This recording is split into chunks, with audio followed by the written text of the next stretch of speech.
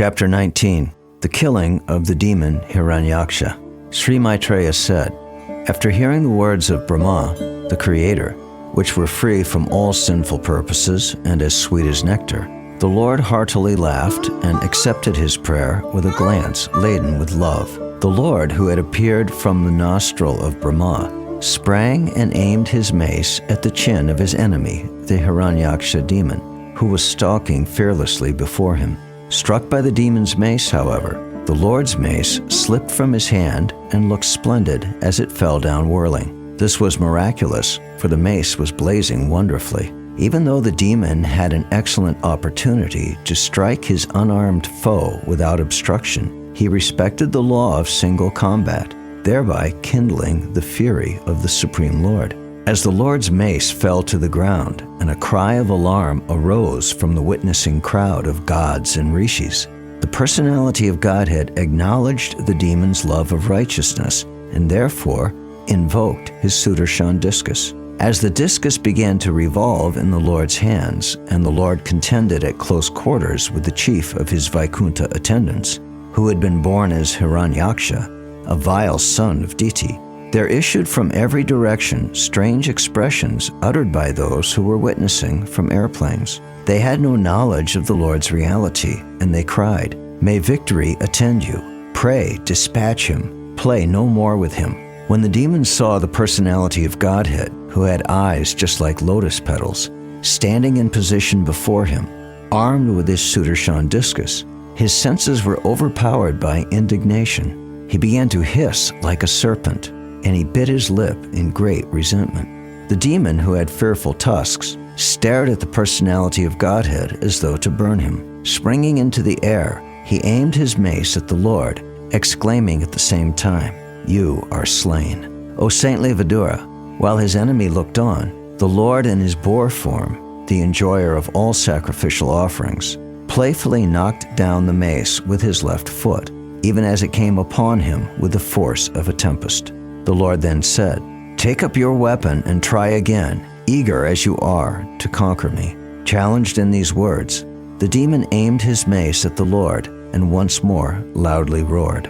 When the Lord saw the mace flying toward him, he stood firmly where he was and caught it with the same ease as Garuda, the king of birds, would seize a serpent. His valor thus frustrated, the great demon felt humiliated and was put out of countenance. He was reluctant to take back the mace when it was offered by the personality of Godhead.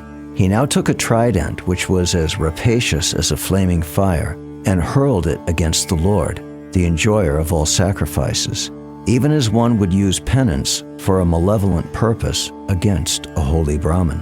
Hurled by the mighty demon with all his strength, the flying trident shone brightly in the sky.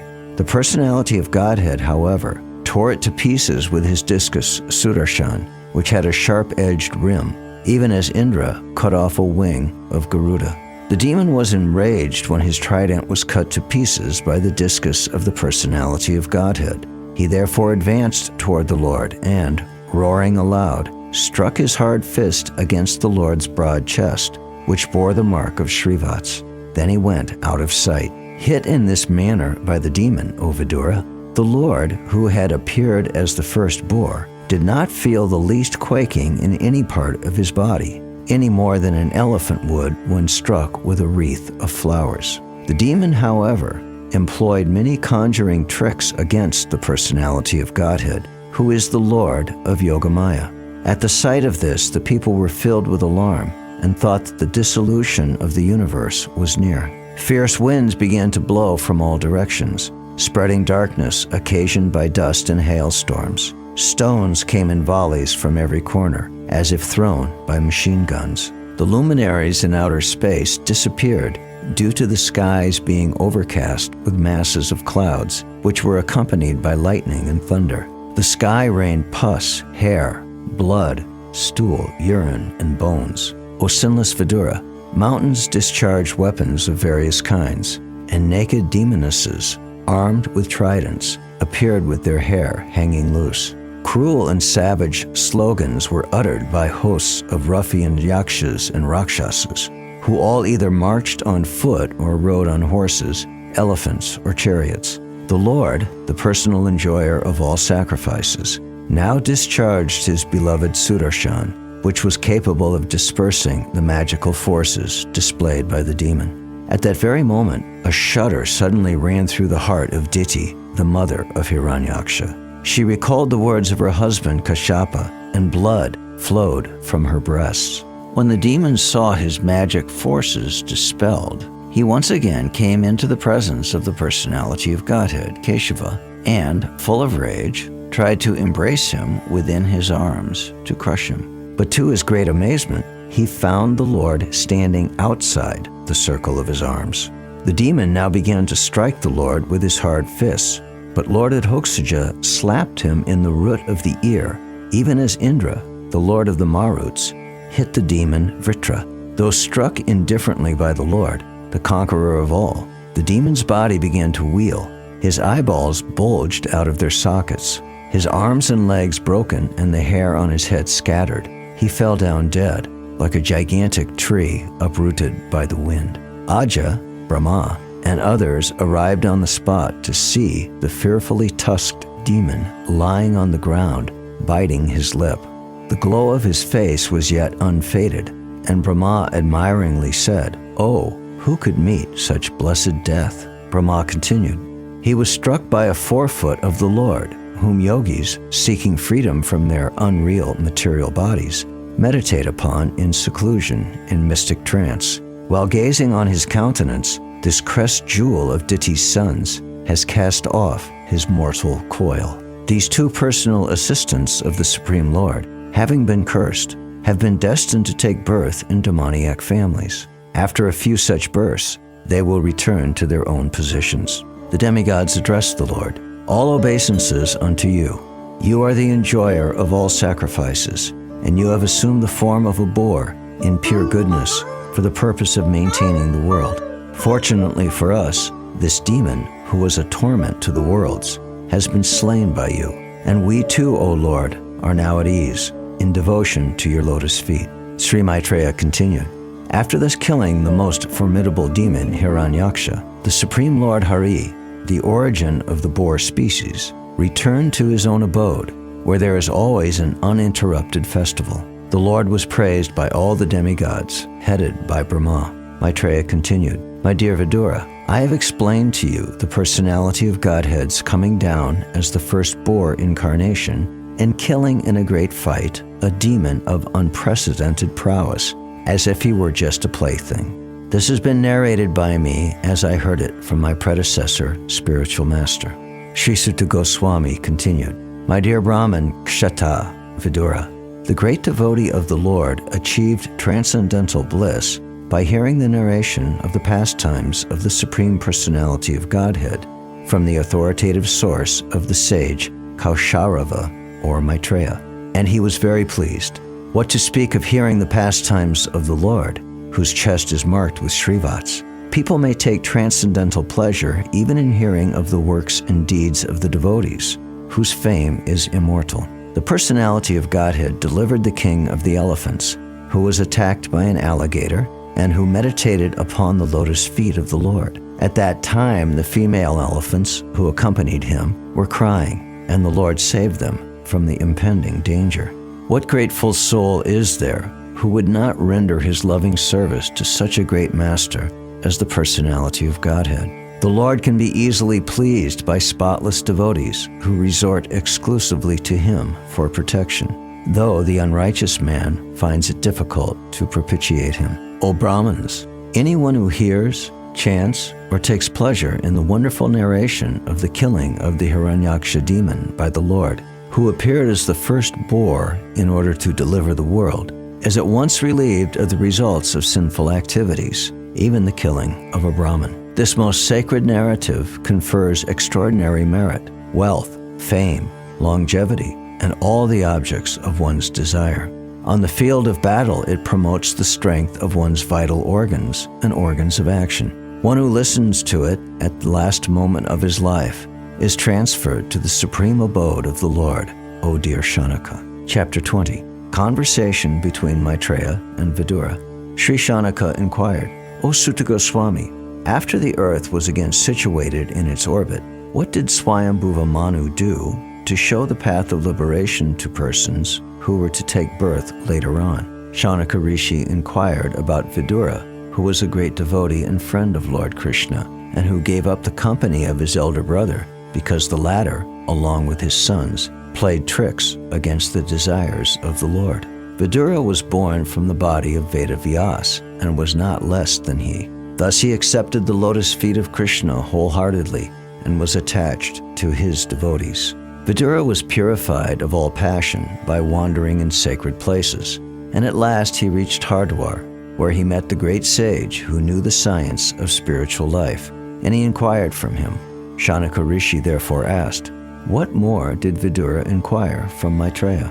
Shaunaka inquired about the conversation between Vidura and Maitreya. There must have been many narrations of the spotless pastimes of the Lord. The hearing of such narrations is exactly like bathing in the water of the Ganges, for it can free one from all sinful reactions. O Sutta Goswami, all good fortune to you. Please narrate the activities of the Lord, which are all magnanimous and worth glorifying. What sort of devotee can be satiated by hearing the nectarian pastimes of the Lord? On being asked to speak by the great sages of Naimisharanya, the son of Romaharshan, Sutta Goswami, whose mind was absorbed in the transcendental pastimes of the Lord, said, "Please hear what I shall now speak." Sutta Goswami continued, Vidura, the descendant of Bharat, was delighted to hear the story of the Lord, who, having assumed by his own divine potency the form of a boar, had enacted the sport of lifting the earth from the bottom of the ocean and indifferently killing the demon Hiranyaksha. Vidura then spoke to the sage as follows. Vidura said, "Since you know of matters inconceivable to us, tell me, O holy sage, what did Brahma do to create living beings after evolving the Prajapatis, the progenitors of living beings?" Vidura inquired, "How did the Prajapatis, such progenitors of living entities as Marichi and Swayambhuva Manu, create according to the instruction of Brahma? And how did they evolve this manifested universe? Did they evolve the creation in conjunction with their respective wives? Did they remain independent in their action? Or did they all jointly produce it?" Maitreya said, "When the equilibrium of the combination of the three modes of nature was agitated by the unseen activity of the living entity, by Mahavishnu, and by the force of time, the total material elements were produced. As impelled by the destiny of the jiva, the false ego, which is of three kinds, evolved from the Mahatattva, in which the element of Rajas predominates. From the ego, in turn, evolved many groups of 5 principles. Separately unable to produce the material universe, they combined with the help of the energy of the Supreme Lord and were able to produce a shining egg. For over 1,000 years, the shiny egg lay on the waters of the causal ocean in the lifeless state. Then the Lord entered it as Garbhodakshay Vishnu. From the navel of the personality of Godhead, Garbhodakshay Vishnu, sprouted a lotus flower, effulgent like 1,000 blazing suns. This lotus flower is the reservoir of all conditioned souls, and the first living entity who came out of the lotus flower was the omnipotent Brahma. When that supreme personality of Godhead, who was lying on the Garbhodak ocean, entered the heart of Brahma, Brahma brought his intelligence to bear, and with the intelligence invoked, he began to create the universe as it was before. First of all, Brahma created from his shadow the coverings of ignorance of the conditioned souls. They are 5 in number and are called Tamisra, Anda Tamisra, Tamas, Moha, and Mahamoha. Out of disgust, Brahma threw off the body of ignorance, and taking this opportunity, Yakshas and Rakshasas sprang for possession of the body, which continued to exist in the form of night. Night is the source of hunger and thirst. Overpowered by hunger and thirst, they ran to devour Brahma from all sides and cried, "Spare him not, eat him up." Brahma, the head of the demigods, full of anxiety, asked them, "Do not eat me, but protect me. You are born from me and have become my sons. Therefore, you are Yakshas and Rakshasas. He then created the chief demigods, who were shining with the glory of goodness. He dropped before them the effulgent form of daytime, and the demigods sportingly took possession of it. Lord Brahma then gave birth to the demons from his buttocks, and they were very fond of sex. Because they were too lustful, they approached him for copulation. The worshipful Brahma first laughed at their stupidity, but finding the shameless asuras close upon him, he grew indignant and ran in great haste out of fear. He approached the personality of Godhead, who bestows all boons and who dispels the agony of his devotees and of those who take shelter of his lotus feet. He manifests his innumerable transcendental forms for the satisfaction of his devotees. Lord Brahma, approaching the Lord, addressed him thus, "My Lord, please protect me from these sinful demons, who were created by me under your order. They are infuriated by an appetite for sex and have come to attack me. My Lord, you are the only one capable of ending the affliction of the distressed and inflicting agony on those who never resort to your feet." The Lord, who can distinctly see the minds of others, perceived Brahma's distress and said to him, "Cast off this impure body of yours." Thus commanded by the Lord, Brahma cast off his body. The body given up by Brahma took the form of the evening twilight, when the day and night meet, a time which kindles passion. The asuras, who are passionate by nature, dominated as they are by the element of rajas, took it for a damsel, whose lotus feet resounded with the tinkling of anklets, whose eyes were wide with intoxication, and whose hips were covered by fine cloth, over which shone a girdle. Her breasts projected upward because of their clinging to each other, and they were too contiguous to admit any intervening space. She had a shapely nose and beautiful teeth. A lovely smile played on her lips, and she cast a sportful glance at the asuras. Adorned with dark tresses, she hid herself, as it were, out of shyness. Upon seeing that girl, the asuras were all infatuated with an appetite for sex. The demons praised her. "Oh, what a beauty! What rare self-control! What a budding youth! In the midst of us all, who are passionately longing for her, she is moving about like one absolutely free from passion, indulging in various speculations about the evening twilight, which appeared to them endowed with the form of a young woman. The wicked-minded asuras treated her with respect and fondly spoke to her as follows. "Who are you, O pretty girl? Whose wife or daughter are you? And what can be the object of your appearing before us? Why do you tantalize us, unfortunate as we are, with the priceless commodity of your beauty? Whosoever you may be, O beautiful girl, we are fortunate in being able to see you. While playing with a ball, you have agitated the minds of all onlookers. O beautiful woman, when you strike the bouncing ball against the ground with your hand again and again, your lotus feet do not stay in one place. Oppressed by the weight of your full-grown breasts, your waist becomes fatigued, and your clear vision grows dull, as it were. Pray braid your comely hair." The asuras, clouded in their understanding, took the evening twilight to be a beautiful woman showing herself in her alluring form, and they seized her.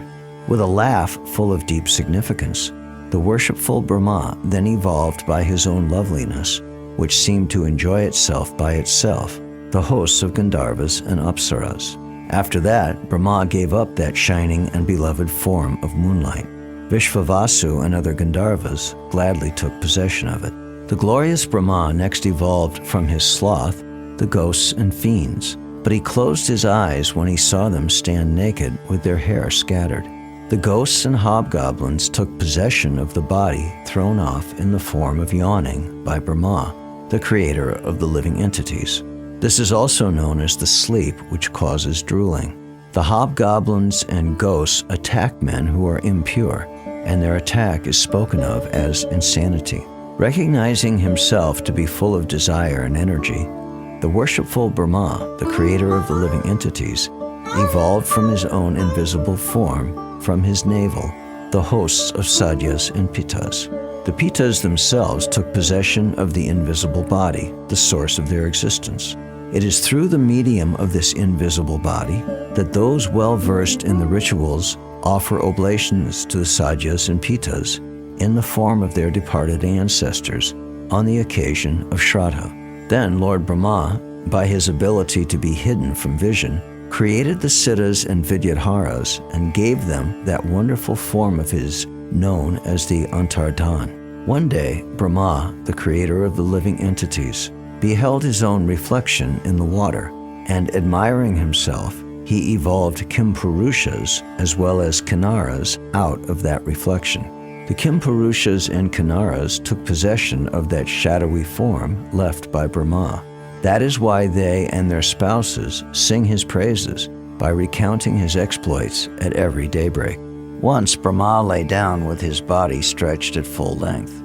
He was very concerned that the work of creation had not proceeded apace, and in a sullen mood he gave up that body too. O dear Vidura, the hair that dropped from that body transformed into snakes, and even while the body crawled along with its hands and feet contracted, there sprang from it ferocious serpents and nagas with their hoods expanded. One day Brahma, the self-born, the first living creature, felt as if the object of his life had been accomplished.